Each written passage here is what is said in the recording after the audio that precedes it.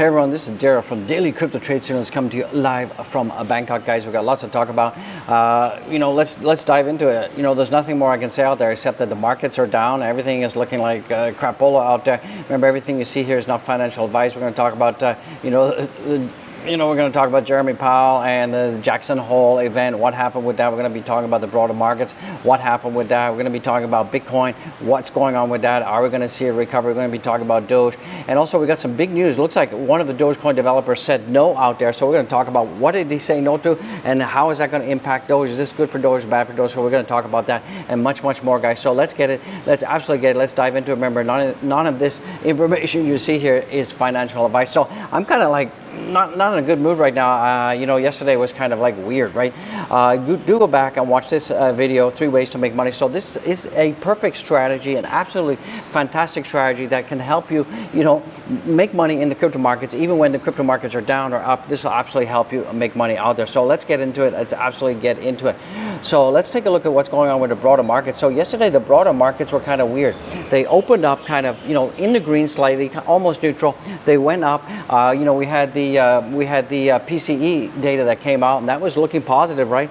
So what happens is when that was looking positive, we did see that a lot of people did take leveraged long positions. And then after that, what happened was, well, this happened. Powell's comment fueled a 1,000-point market drop. And what he was really saying out there, he was really saying that, into the night, markets, tremble as Powell warns of more pain. So basically, what Powell said is that there's going to be more pain. There's going to be more rate hikes out there. But what's really interesting from my perspective, most of the market knew that. A lot of the market, they knew that he was going to come out and it wasn't going to be dovish. It was going to be pretty hawkish. And, so that really makes me believe that we could actually see a little bit of whale manipulation going on out there. So that's what I'm thinking. Maybe there was some whale manipulation going on. So some of the key takeaways out there was that, the federal chairman, Jeremy Powell, spoke briefly in the morning from Jackson Hole. Definitely Jackson Hole, and put the whole crypto market and the broader markets in a deep hole. And today to address taming inflation. And what he said, he basically said, look, he welcomed the July CPI numbers. We all know that was slightly down. That was because of gas. It had nothing to do with consumer prices in terms of rents, in terms of food. It was just gas. So Chairman Powell warned of sustained restrictive policy in the coming months, causing a shadow of doubt over risk on markets, guys. So that he basically just said, look, guys, there's going to be more risk. There's going to be more fear. There's going to be more rate hikes. And he also said that he wants to bring inflation back down to 2%. That's his goal. That ain't going to happen. You're not going to go from 8% down to 2%. So that is not happening. So that really kind of spooked the markets and sent everything tanking, guys. So it's pretty bad from that perspective. I wasn't expecting Bitcoin to take a huge dump, and Bitcoin took about a 6% dump right now. Now, some of that was whale manipulation, because we did see that, if we take a look at the long positions right now, we are seeing, so you can see here on the hourly time frame, there's a whole ton of longs. They all got liquidated. If we take a look at the 4-hour time frame, a whole bunch of longs got liquidated. And you can see here that yesterday there was a ton of longs. So what was happening when we had that whole PCE data that came out positive? A lot of leverage traders, what they did is they thought that Bitcoin was going to be going up. They thought that the Fed was going to come out with something really dovish, and kind of like, focus on, look how well we've done on PCE, look how well we've done on inflation data. But that's not what happened. We had almost $288 million worth of longs wrecked, guys. So that is absolutely insane. Absolutely insane. And I really believe that the whales have been playing some games with all of us out there. And we saw about $369 million out there. So there was a lot of longs that got liquidated yesterday, putting a lot of downward pressure on Bitcoin. So that is what's happening. What am I expecting to see? From my perspective, I think we're probably just going to be going sideways. Probably for most of the weekend, we're definitely going to be going sideways. I think we're going to range between 19,800 and where we are right now at 20,000. 200. I'm hoping I'm wrong. Hopefully we'll see a huge reversal coming in from that perspective. So we still got to talk about what the Dogecoin what did the Dogecoin developer said. He said no to this, and I think this is good or bad. You guys have to keep watching, guys. Absolutely keep watching. So it is a pretty much of a Debbie Downer situation out there. So this is pretty good. Looks like the Dogecoin founder rejects a $14 million offer to promote much hyped crypto project Doge chain. Now remember, the Doge chain is they're touting that they're a bridge, and that you're going to be able to do staking and DeFi and all that with Dogecoin. But the other thing is they're also shilling another token out there. So, from my perspective, I'm kind of, I'm not saying it's bad. I'm not saying it's good if you're invested, but I would not invest in Doge chain. I don't trust the project. It's still new from my perspective. I'm still waiting for the Ethereum Dogecoin bridge that's going to be coming out from Dapper Labs, and the Dogecoin Ethereum bridge that's going to be made by Vitalik. So from my perspective, I'm definitely standoffish on this. Initially, I was, thinking this was a really cool tool because I really thought it was a bridge. But in fact, it's a bridge, but they actually want to sell their own token. So, I'm pretty happy that the Dogecoin founder said, look, I ain't going to hype up this project for $14 million. So it just goes to show that the Dogecoin developer has a whole ton of integrity out there. So that is really important. And the message that I just want to tell you guys out there is that on my channel, I tell you, I get people asking me every single day for the last year and a half to promote this, promote that. We'll pay you $5,000 a month. We'll pay you $8,000 a month. Promote this, promote that, promote this exchange. But I just want to keep it very real. I don't do that. I never want to do that. I never do that because at the end of the day, if you're getting paid to promote something out there, then how can you keep your perspective neutral? How can you keep it real? And how can you keep out the bias? So that's why I always say no to a lot of these deals out there.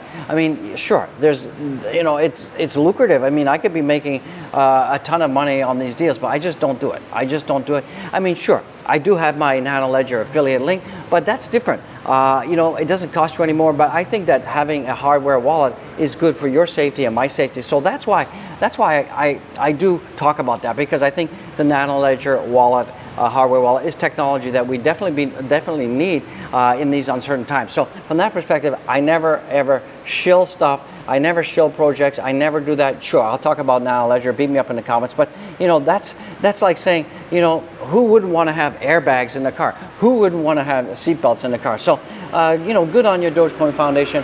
Rejects this offer from Doge chain. So I just go to show this guy's got some serious integrity out there. So, and that's a lot of money to be saying no to $14 million. Wow, that's integrity, guys. That's huge integrity. What else is going on? Here's what needs to happen for Bitcoin, Ethereum to continue its upward momentum.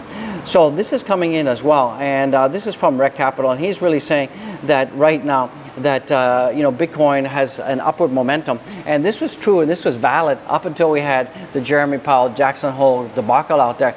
But from that perspective, I still think that when it comes to Bitcoin, when it comes to Dogecoin, I really think that this 6% dump is going to be very transient out there, and I believe that we're probably, by middle of the next week, we'll probably be back up to the $21,300 level. I'm hoping I'm right.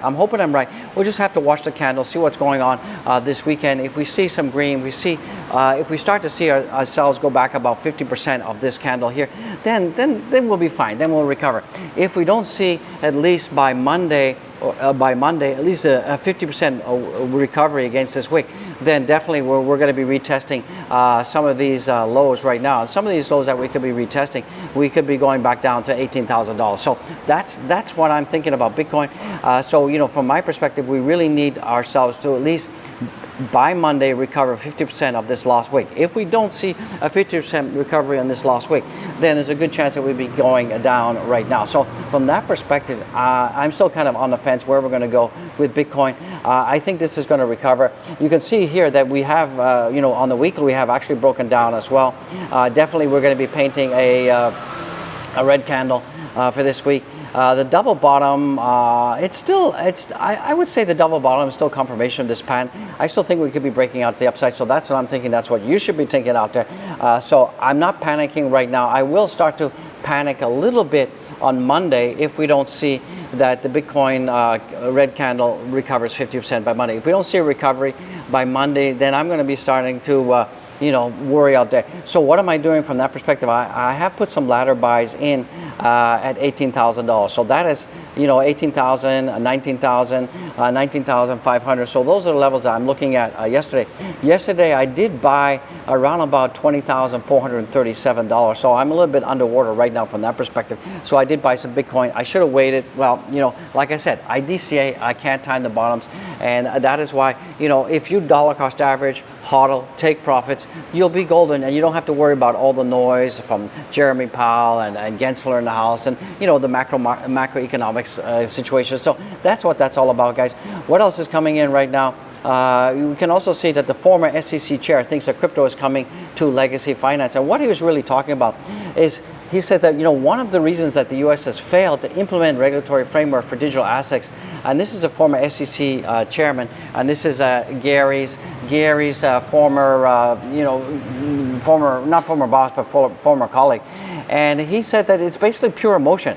And what we're seeing right now is we're seeing that Gary in the house is basically in a turf war out there with the CFTC, and that is what is going on. Gary seems that he wants to be he's empire building, he's building a legacy right now, and he just wants to make a mark on things, and he's really just saying that, look, all cryptos are securities and yada yada yada. And one of the biggest things that is going to be definitely restricting blockchain development in the space is the fact that we don't have a regulatory framework, and I don't know what they're waiting for. And he did quote that the current SEC chair out there, the Mr. Burns, aka Gary in the house, has often compared cryptocurrencies with the Wild Wild West, a time in the history of the U.S. when people lived outside of the law. Thus, the regulation has tried to push for new rules, tried to expand its jurisdiction to oversee digital assets and classify as securities. So basically, Gary wants us to classify all crypto as securities because he wants to broaden his scope. He wants to broaden his power base. That is what that is all about. And he's also entered into controversial turf war with his sister agency, the Commodities and Futures Trading Commission. So that is one of the reasons we're not getting regulations coming out fast enough, is because basically Gary is building an empire, and it's a turf war out there, and more motorbikes in the background. What do you got? What can you do? What can you do out there? So that is what that's why that's happening. And I think that just Gary needs to get over himself and realize that he should cooperate, work with the CFTC, and basically divide the cryptos into non-securities and securities, and sit down, have a coming to Jesus meeting, and make this thing happen. Because basically there's nothing happening. We have no spot ETFs. It keeps getting rejected, and it's just a total disaster out there. And institutions are sitting there waiting and saying, look, where's the regulation? Where is the white paper on the regulations? When are we going to cross the T's and dot the I's and have some certainty out there? Nobody knows. So Gary, get off the pot and wake up out there. So guys, this is crazy. Over 1.25 trillion was wiped out from the U.S. stock market yesterday. We all know about that Debbie Downer situation. We saw the federal chairman said we are moving our policy stance purposely to return to inflation of 2%. Good luck with that, champ. Exactly. That's never going to happen. That is not going to happen. That is absolutely impossible. For the U.S. to move the inflation down from where it is now, 8.1%, and take off about 6% in one year. And look, we've only got not so many months left in the year. It's totally going to be impossible, guys. It's like a pipe dream. It's not going to happen, guys. So smash the likes, boot the likes. It is a crazy day out there. I mean, thank goodness it's a weekend here in Bangkok, and there's no rain out there, so that is pretty good out there. What else is going on? We've seen the DXY after the news from our friend, the Powler out there. We did see the DXY did pump, guys, and that is not good. That's going to be putting more downward pressure. We saw, as I said, a lot of longs got liquidated. Guys, stop leverage trading. Stop leverage trading, because every time that you leverage trade, it really hurts the recovery of crypto. And crypto is not going to recover when we have all these snowflake knucklehead apozoids out there, trying to get rich quick. And they keep getting wiped wiped out time and time again, and they never learn. They never absolutely learn out there. Let's take a look at what's going with Doge right now. So the Doge right now has dropped yesterday, dropped around about 8.26%. So it has done worse than Bitcoin out there. Now Doge is actually trying to make it. Doge is up right now about over 0.5%, and it's trying to get back into our trend line. I think Doge will probably have a pretty much a faster recovery. We didn't see too many leverage trade positions. We didn't see too many long positions get wiped out yesterday. So that is good from that perspective. If you take a look at Shiba Weeby right now, Shiba Weeby yesterday it fell down around about 10%. So that is not so good as well, but it is trying to make a recovery. If we don't see the Shiba E get back above this white line, the support line, then our next stop is going to be 10 cents in the house. So, from that perspective, also for Dogecoin will drop about 8%, and we definitely need to get back above this trend line. I think we could do that. It looks like, right now we're just barely at the trend line right now at 0.42. So we need to get ourselves back above the 0.68 level right here. So from that perspective, we have, from where we are right now, to get back up to support, we have around about, to get back to support, around about 7%. So we have to get up 7%. I think we can do that, and probably by Monday we should be back up there. But it depends on Bitcoin, guys. It depends on Bitcoin, or if we get any more macroeconomic data out there. So, but it looks like, the U.S. economy is, the dollar is climbing, the euro is collapsing. I mean, it's just like, it's insane. And people talking about, a lot of people talking about the Chinese economy is going to collapse soon. And if the Chinese economy does collapse, that is not going to be good. That is not going to be helpful for anybody out there, because right now they're having a property crisis out there. I mean, they've been building and building and building all of these apartments out there. I think there's, 2 apartments for every man, woman, and child out there in China. Correct me if I'm wrong. And a lot of these developers, they've been borrowing money from the banks. They can't pay these loans back, and the banks have been taking over all these properties. But the Chinese economy is tanked, and we're also seeing a lot of individuals in China are not paying off their loans. So we're expecting a huge collapse. And if the Chinese economy does collapse and tank, it's going to take the rest of the world down with it, guys, because it's one of the top economies out there. So buckle up for that. And that is why I'm saying Bitcoin is the biggest hedge against inflation from my perspective. I mean, I might be wrong out there, but that's what I think. What do you guys think about that? Do you think that Bitcoin is a huge? I'd love to hear what you got to say about that. I'd absolutely love to hear what you got to say about that. So that is a great time to be alive, guys. So from that perspective, let's move on. We're seeing that also Ethereum took a huge tank, and I did tell you that we could be seeing Ethereum drop below $1,600 before the merge, and it absolutely did that. Right now, we're seeing that Ethereum tanked yesterday 11%. So it took a worse hit than Bitcoin out there. And right now we got our resistance right there at 1523, and that's the purple rain line. So we need to get above that, guys. So it's a pretty crapalulu day out there in crypto land. And remember, Bitcoin don't sleep. Even though the markets are closed right now, cryptocurrency is still chugging along. So hopefully we'll get some recovery. Chugga. That would be really good. I appreciate it. So let's take a look at the total market cap right now. Let me give this a refresh. So, the bad news is the total market cap has dropped below $1 trillion. OMG, this is not good. We did see higher volumes, but interestingly enough, we are seeing that the Bitcoin dominance is dropping. And I think that a lot of that has been, people have been snapping up Ethereum. So we have seen that a little bit of liquidity did move out of Bitcoin, because Bitcoin fared better than Ethereum, and some people have been moving over to Ethereum and picking up some of Ethereum before the merge, guys. So that is what that is. So let's take a look at the carnage out there. So there's a ton of carnage. Let this refresh. There we go. Bang, refresh. So we're seeing a total poo-poo schmata day for Bitcoin. Is down about 6.17%. I hate these motorbikes. It's like motorbike city here. We're seeing Ethereum is down 10.87%. We're seeing that basically the weekly and the monthly for Bitcoin and Ethereum has been shot. Another motorbike, and we're seeing that BNB is still up. It's still up right now on the monthly, but overall it's down as well. ADA is down. I mean, well, Dogecoin is up, but I wouldn't buy it.